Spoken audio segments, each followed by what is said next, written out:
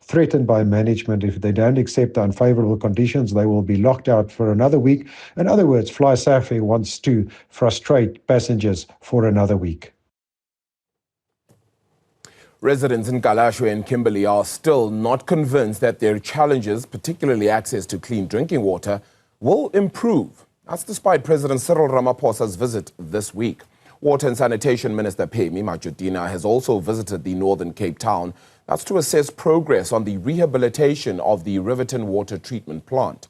Juniour Khumalo joins us live now. Still a lot of fears here, Juniour, a lot of complaints and concerns then as well that actually things won't get any better.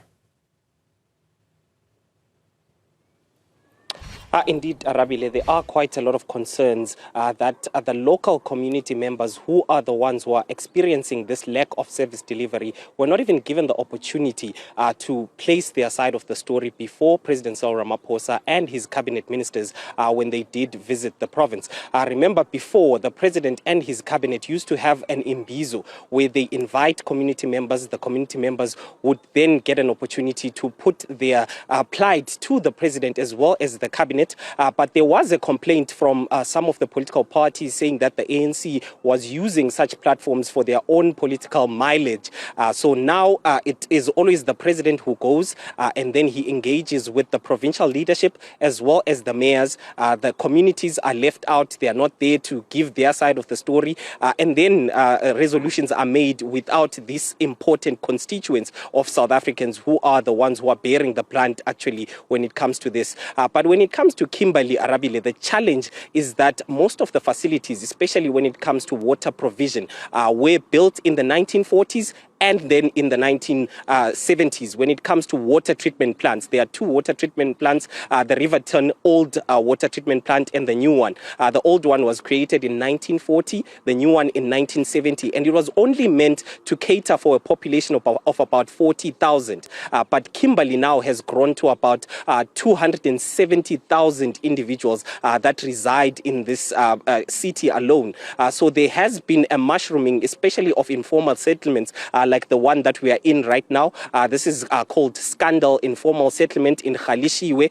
So because of that, there has been a lot of lack of access when it comes to water as well as electricity. But I'm just going to talk to one of the residents who stays here and experiences the day-to-day life here. Tuka Dilane, thank you so much, my brother, for joining me.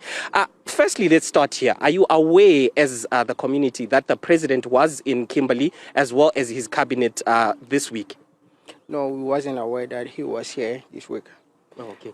If you were to be given an opportunity to have the audience of the president, what would you tell him? What would you want to say to the president? I think we could have told him about the water situations, about a lot of things. I think the most important thing is water.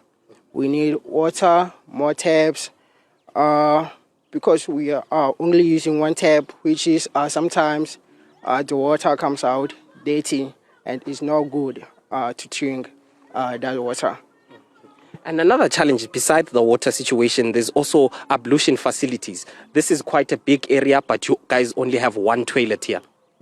Yeah, that's another problem. We need more toilets because using one toilet at a big place like this is a challenging problem right now because we can't even feed in that toilet. Maybe we might use 3 or 4 toilets. Okay. Right. Thank you so much. That is one of the residents here that we've managed to speak to, Arabile. Quite a number also experiencing concerns, especially when it comes to this issue of water, the issue of ablution facilities, as well as electricity. This informal settlement, there is about 3,000 individuals living in this informal settlement in Galeshewe. Most of them are not connected to the electricity facilities. They can't get assistance when it comes to housing because there are no housing areas, especially in Kimberley right now. We saw some of those individuals going to the legislature and protesting while the president was actually speaking and addressing the province, saying they need better housing. So those are some of the challenges that they still keep experiencing, but they would want to see change, especially after the president as well as his cabinet ministers made a lot of promises, Arabi. Yeah, it's all of those promises then, Junior, of course, that get people wondering whether it's just electioneering ahead of the local government elections or perhaps there will be some actual change as well.